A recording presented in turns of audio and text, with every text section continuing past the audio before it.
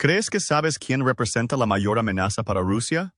Piensa de nuevo. Si bien a menudo se considera que Estados Unidos es el principal rival de Vladimir Putin, hay otro país que debería hacerle temblar, y no es el que uno podría esperar. Por supuesto, a menudo nos centramos en gigantes geopolíticos como Estados Unidos, Rusia y China. Pero mire de cerca a Rusia y verá un adversario sorprendente que emerge de las sombras. No es Estados Unidos, sino su vecino del norte, Canadá, el que plantea el principal desafío para Moscú. Sí, escuchaste correctamente. Canadá tiene mucha más influencia sobre el futuro de Rusia de lo que muchos, incluido Putin, creen. En este video, examinamos por qué Canadá es una espina clavada en el costado de Moscú y por qué representa una seria amenaza. Y todo se reduce a un campo de batalla, el Océano Ártico. En abril de 2021, Rusia presentó una solicitud a la Organización de las Naciones Unidas, ONU, para ocupar la mayor parte del Océano Ártico y su fondo marino. La propuesta prevé extender los reclamos territoriales de Rusia sobre las aguas árticas hasta las fronteras de las zonas económicas exclusivas de Canadá, OZ. Según el derecho marítimo, una Z es una zona del océano en la que un país puede ocupar un territorio hasta 200 millas náuticas de una de sus costas. Dentro de esta zona económica exclusiva, una nación puede explotar los recursos naturales encontrados para su propio beneficio con base en reclamos territoriales, así como controlar los barcos que pasan por el territorio. En una entrevista con CBC, Philip Steinberg, profesor de la Universidad de Durham, dijo que la capitulación de Rusia ante la ONU ampliaría sus propias aguas territoriales en más de 270,000 millas cuadradas, al tiempo que le daría control de aguas que son esencialmente la puerta trasera de Canadá. Por supuesto, Canadá objetó esta afirmación, en parte porque presentó su propia posición, que se superponía con la del territorio que Rusia intentaba reclamar. Robert Hubert, profesor de Ciencias Políticas en la Universidad de Calgary, señaló que las demandas de Rusia se superponen con las de Canadá en la región ártica, pero van mucho más allá. Esta es una situación en la que ellos, es decir, Rusia, afirman que toda la plataforma continental canadiense y danesa es parte de su plataforma continental. Otros comentaristas de la época adoptaron un enfoque más relajado. Entre ellos, Whitney Lackenbauer, profesora de la Universidad de Trent, destacó que Rusia había tomado las medidas legales adecuadas para hacer valer sus reclamaciones. También cree que Rusia no creía seriamente que obtendría una parte significativa del territorio que codiciaba. En lugar de ello, buscó traer a la mesa de negociaciones a Canadá, Dinamarca y otros países con reclamos sobre la plataforma continental del Ártico. La decisión de negociar dónde estaría la frontera final aún estaba en el mapa, añadió. En otras palabras, Rusia simplemente estaba tratando de acelerar una discusión que ya estaba a punto de tener lugar. No obstante, la propuesta fue vista como un desafío a los derechos soberanos de Canadá en el Ártico. A finales de 2023, la cuestión aún no estaba resuelta y Rusia volvía a enfatizar la necesidad de ejercer influencia en el Ártico. El comandante naval del país, el almirante Nikolai Yevmenov, lo dejó claro cuando dijo que era necesario ampliar completamente la plataforma continental más allá de las 200 millas de la zona económica exclusiva del país. En otras palabras, Rusia debe ejercer más control sobre el Ártico. Según el Ministerio Marítimo, esto cubriría el 70% del océano, aunque las negociaciones se estancaron porque Rusia estaba participando en una operación militar especial en Ucrania en el momento de la declaración. Las preguntas ahora son simples. ¿Por qué es todo esto importante? ¿Qué tiene esto que ver con la influencia de Canadá sobre Rusia? Comencemos con ¿por qué es importante? Parte del problema es la propiedad del gas y el petróleo. Según Just Energy, el Ártico contiene al menos 90,000 millones de barriles de petróleo y 1,669 billones de pies cúbicos de gas natural. Agregue 44,000 millones de barriles de líquidos de gas natural y tendrá un territorio extremadamente rico. El petróleo por sí solo ofrece miles de millones de dólares en ingresos potenciales. En el momento de este video, un barril de petróleo crudo se vendía a 80 y 2,7. $1. lo que significa que 90,000 millones de barriles representarían ingresos de más de 7,4 billones de dólares. Más importante aún, estos depósitos de petróleo y gas solo representan lo que se ha descubierto hasta ahora. Como señala Just Energy, gran parte de la región ártica permanece inexplorada, tanto debido a las disputas territoriales como a los numerosos desafíos asociados con la exploración de un área tan inhóspita, lo que significa que podría haber más petróleo y gas disponibles. El petróleo y el gas son importantes para Rusia. Su sector energético produce en promedio el 20% del Producto Interno Bruto, o PIB, por año, cifra que varía según los precios.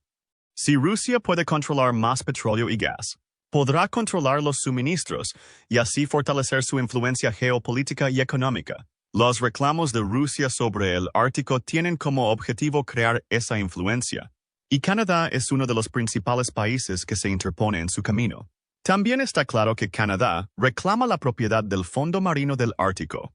Si Canadá tiene éxito, el petróleo y el gas que busca Rusia podrían terminar en manos canadienses, amenazando la participación de Rusia en los mercados energéticos.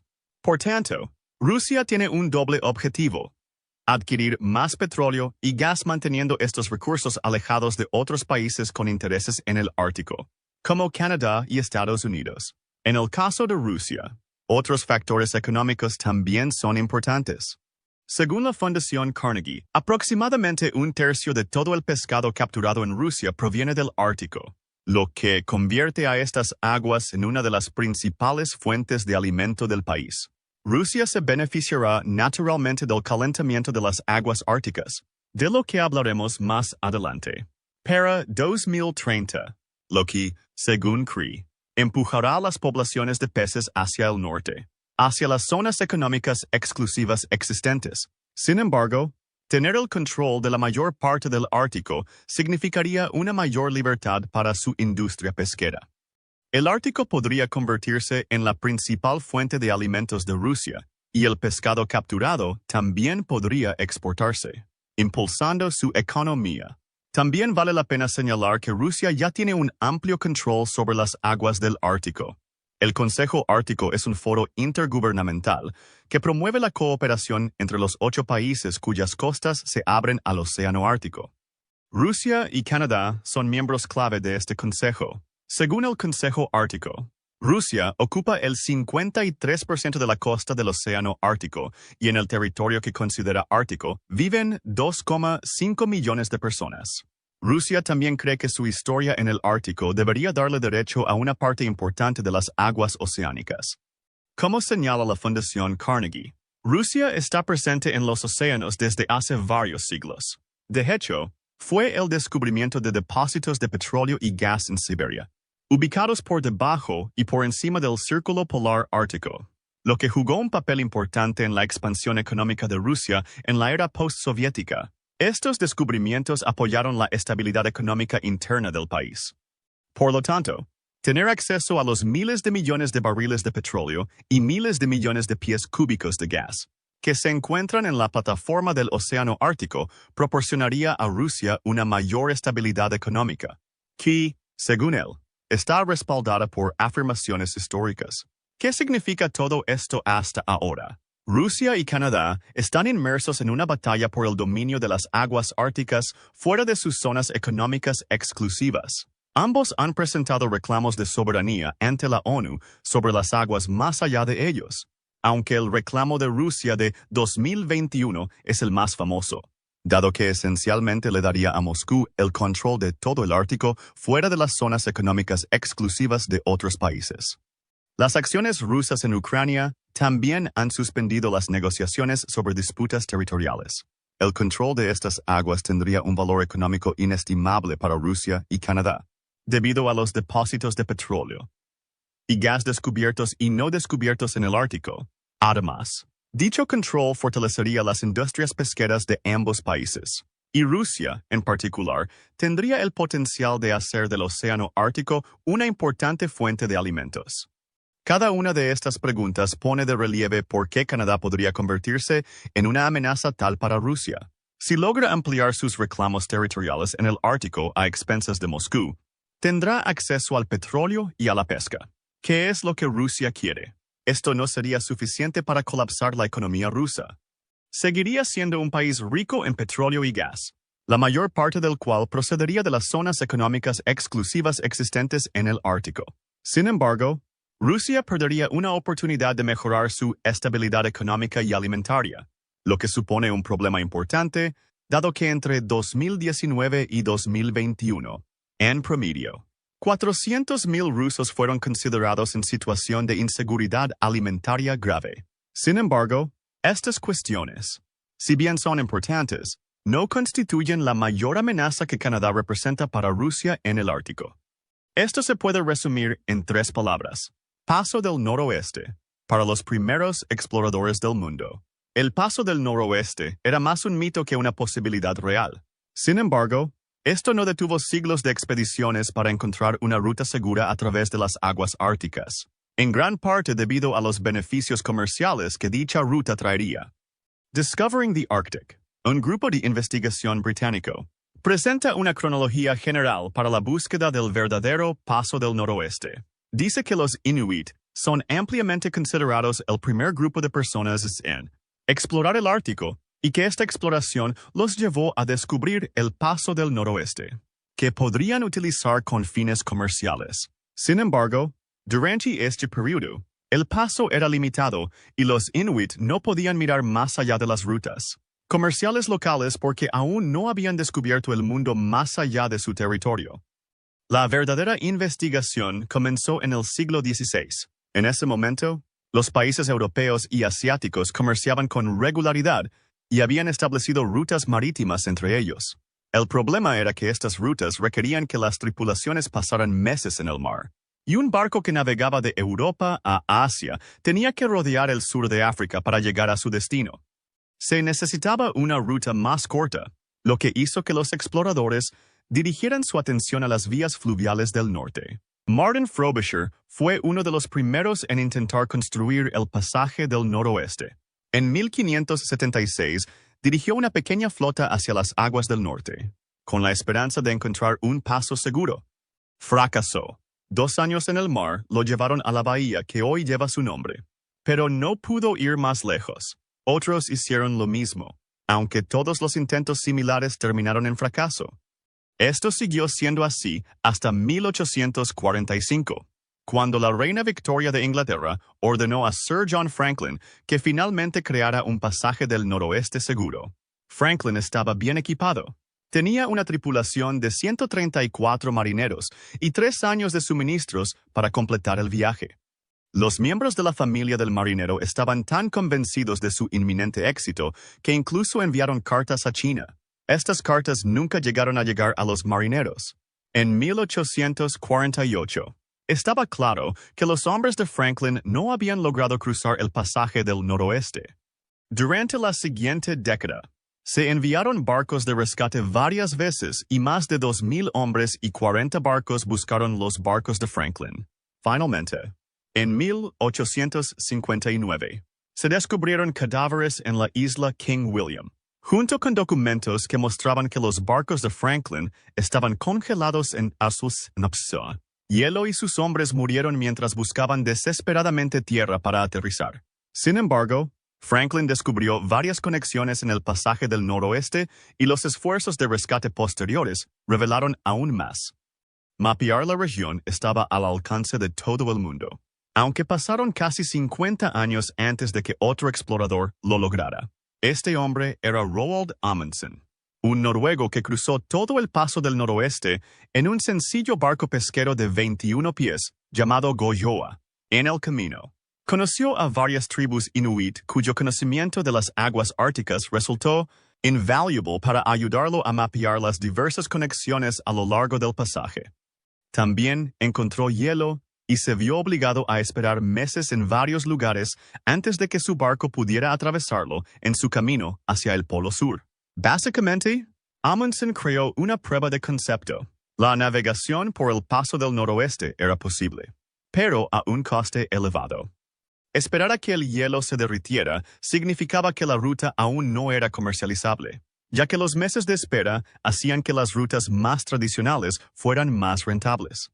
El pasaje del noroeste sigue siendo una leyenda, pero parece que está cambiando.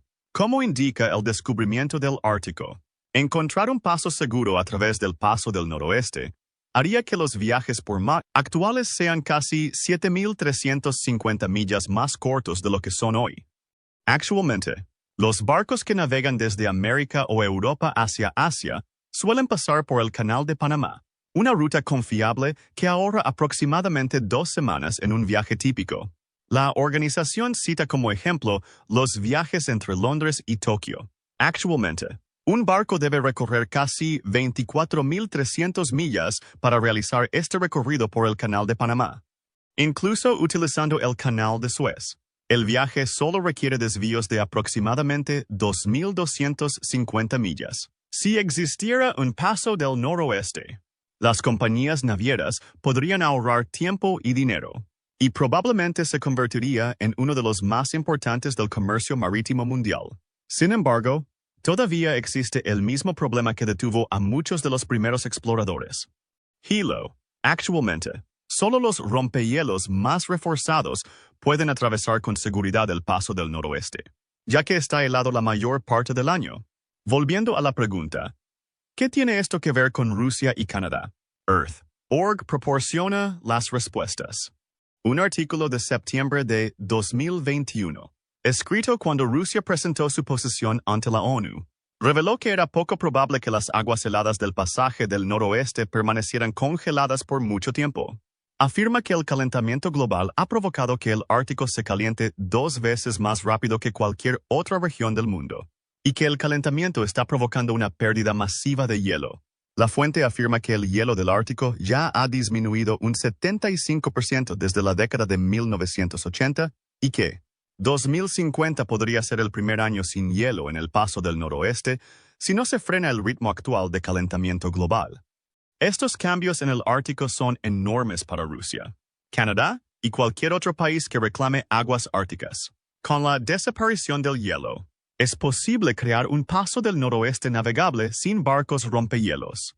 La fundición también proporciona un mayor acceso a recursos naturales ocultos en la plataforma continental del Ártico, incluidos petróleo, gas y metales, que pueden incluir hierro, cobre, níquel, zinc y fosfatos.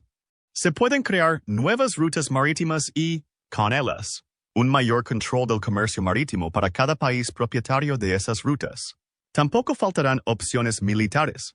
El país que controla el paso del noroeste no solo podría llenar las aguas con sus propios barcos, sino también prohibir que esos barcos viajen desde países en conflicto. Rusia ya ha mostrado gran interés en establecer rutas comerciales marítimas en el norte. En septiembre de 2023, Reuters informó sobre la cooperación de Rusia con India y China en un esfuerzo por desarrollar más rompehielos que le permitirían impulsar el comercio a lo largo de la ruta del Mar del Norte. Aunque la ruta del Mar del Norte no es la misma ni tan ancha, enfrenta muchos de los mismos problemas en términos de bloqueo de hielo en las rutas marítimas.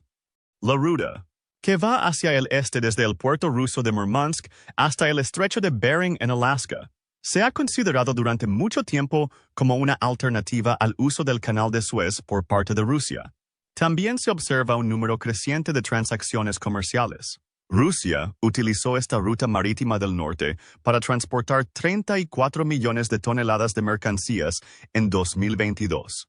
Espera duplicar esa cifra a 80 millones para finales de 2024, con un objetivo de 200 millones de toneladas para 2031. Rusia estima que necesita 50 rompehielos más para alcanzar su objetivo de 200 millones de toneladas. El derretimiento del hielo del Ártico podría hacer que esta cuestión sea discutible. El hecho es que Rusia considera las aguas del norte del Ártico como una ruta comercial importante que quiere utilizar. Lo mismo ocurre en Canadá, donde el potencial de estas aguas se ha apreciado desde hace más de una década. En octubre de 2013, Gerard Kenny publicó un artículo en la Enciclopedia Canadiense señalando que el hielo es lo único que impide una navegación confiable de este a oeste en el paso del noroeste y que el hielo será un problema menor a medida que desaparezcan los glaciares y campos de nieve del Ártico. En ese momento, DICE, el valor comercial de las rutas marítimas recién abiertas a través del Ártico será enorme, y el estrecho del Príncipe de Gales y Maclear Sound desempeñarán papeles clave en estas nuevas rutas. Ambos también se consideran territorio canadiense. El estrecho Príncipe de Gales se encuentra en los territorios del noroeste de Canadá y separa la isla Victoria de la isla Banks. Esta es una posible ruta para el legendario pasaje del noroeste, ya que el Canal Perry, una masa de agua de 600 millas, se extiende hacia el oeste desde la bahía de Baffin hasta el estrecho. Históricamente, el estrecho del Príncipe de Gales se ha considerado innavegable debido a la cantidad de hielo que contiene, pero como se ha establecido anteriormente, es posible que esto pronto deje de ser un problema. De manera similar, Maclear Sound es un territorio canadiense que forma el extremo noroeste del anteriormente mencionado Perry Channel. Se extiende hacia el este hasta la bahía de Baffin y también se ha designado como una ruta potencial hacia el pasaje del noroeste. Una vez más, el hielo planteó un problema, hasta el punto de que en 1969 el petrolero estadounidense SS Manhattan quedó atrapado en el estrecho de hielo y tuvo que ser rescatado por un rompehielos canadiense antes de poder completar el cruce. En 2013, Kenny creía que Canadá pronto enfrentaría reclamos contra su soberanía sobre los dos estrechos, y que estos reclamos eran un resultado directo del deseo de otros países de explotar el nuevo paso del noroeste. Todo lo cual nos lleva a Rusia y su aplicación en 2021. Rusia parece no haber hecho ningún intento de resolver ninguno de estos problemas, y Canadá se reserva el derecho de regular cualquier actividad que se realice allí. Sin embargo, a medida que el pasaje del noroeste pase de ser un mito a ser una posibilidad definitiva, ¿esto podría cambiar? Es posible que Rusia desee un acceso sin restricciones a estos estrechos para poder realizar más comercio sin depender del Canal de Suez. Por lo tanto, las afirmaciones realizadas en los últimos años pueden ser solo la punta del iceberg, sin juego de palabras, en lo que respecta a la soberanía sobre las aguas que conformarán el paso del noroeste. El problema para Rusia es que Canadá tiene todas las cartas en estos estrechos e islas del Ártico que le permiten hacer valer sus reclamaciones. Sin embargo, Moscú podría encontrar un aliado inesperado que quiera ampliar su influencia en el Ártico en el futuro. Estados Unidos. En un artículo de abril de 2020, Brown Political Review examinó la posibilidad de abrir el pasaje del noroeste y ese impacto que tal evento podría tener en las relaciones entre Canadá y Estados Unidos. Señala que los dos países son generalmente aliados y socios comerciales, y que ambos también son miembros de la OTAN, aunque la idea de un paso del noroeste ha sido durante mucho tiempo un punto de discordia entre ellos. En particular, Estados Unidos cuestiona los reclamos de Canadá sobre aguas costeras muy por encima de la costa norte del país, y las islas árticas antes mencionadas y los estrechos que las atraviesan forman parte de esta disputa. Canadá reclama estas aguas como propias basándose en la historia y en varios casos decididos por la Corte Internacional de Justicia. Históricamente, se sostiene que la larga historia de uso de estas aguas por parte de los Inuit las convierte en parte del territorio canadiense, y esta afirmación está respaldada por casos judiciales. Por otro lado, Estados Unidos presenta su interpretación de la Convención de las Naciones Unidas sobre el Derecho del Mar, o UNCLOS, como un contrapunto al argumento de Canadá. Reconoce la CONVEMAR como derecho internacional, aunque nunca fue ratificada como tal por el Congreso de los Estados Unidos, y sostiene que según la CONVEMAR, las aguas en disputa deberían considerarse un estrecho internacional. En otras palabras, nadie debería tener el control. Durante décadas, esta disputa estuvo hirviendo bajo la superficie y realmente no requería resolución. Al fin y al cabo, las aguas en cuestión están congeladas durante gran parte del año, por lo que en realidad no están destinadas al tránsito marítimo. Hubo puntos problemáticos menores, incluido el problema del SS Manhattan antes mencionado, pero ninguno buscó activamente una solución. Esto cambiará. A medida que el hielo del Ártico se derrite, el paso del noroeste emerge como una posible ruta marítima. Como tal, ya está en uso. En 2018, por este paso pasaron más de 20 millones de toneladas de mercancías, pero la falta de hielo abre la puerta al transporte de miles de millones de toneladas. Estados Unidos sostiene que convertir las islas sobre las que Canadá reclama soberanía en aguas internacionales crearía un estrecho internacional. Canadá aún podría regular ciertos aspectos del tráfico fluvial, pero no tendría el poder de prohibir el transporte marítimo internacional. Sería bueno para Rusia. Las demandas estadounidenses también tienen un aspecto militar. En los últimos años, Rusia ha aumentado su presencia militar en el Círculo Polar Ártico. En noviembre de 2022, Reuters informó que desde 2005, Rusia ha reabierto al menos 10 bases militares de la era soviética en el Ártico, que albergan barcos rusos modernizados. Lo que es aún más preocupante es que, según se informa, Rusia está desarrollando misiles hipersónicos que podrían instalarse en estas bases, lo que le daría la capacidad de atacar América del Norte si fuera necesario. Actualmente, el número de bases rusas en el Círculo Polar Ártico supera el número de bases de la OTAN en aproximadamente un tercio, y el control ruso sobre la mayoría de las aguas árticas abre potencialmente la posibilidad de crear nuevas bases. Otras medidas rusas incluyen la inauguración de 2 submarinos nucleares, informó CBS en diciembre de 2023, lo que sugiere que Rusia considera que toda la región ártica es crucial para su expansión militar. La huella de la OTAN en el Ártico actualmente está unos 10 años por detrás de la de Rusia, según el informe, un problema que afecta tanto a Canadá como a Estados Unidos. Esto nos lleva a una situación compleja. La afirmación de Estados Unidos de que las aguas soberanas canadienses deberían convertirse en aguas internacionales es beneficiosa tanto para Estados Unidos como para Rusia en el frente comercial. Sin embargo, podrían plantear la posibilidad de que Rusia utilice la designación para lanzar ejercicios, utilizando sutilmente su flota para amenazar a América del Norte. Básicamente, Canadá está librando una batalla en 2 frentes. Uno contra el territorialismo ruso y el otro para encontrar un compromiso apropiado con Estados Unidos. Sin embargo, la situación actual de Canadá lo convierte en un actor clave en la emergente región ártica.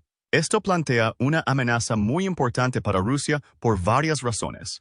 En el frente comercial, Canadá seguirá ejerciendo su soberanía y utilizar su influencia en el Consejo Ártico para impedir que Rusia expanda su territorio será esencial para limitar la capacidad de Rusia de comerciar con el resto del mundo.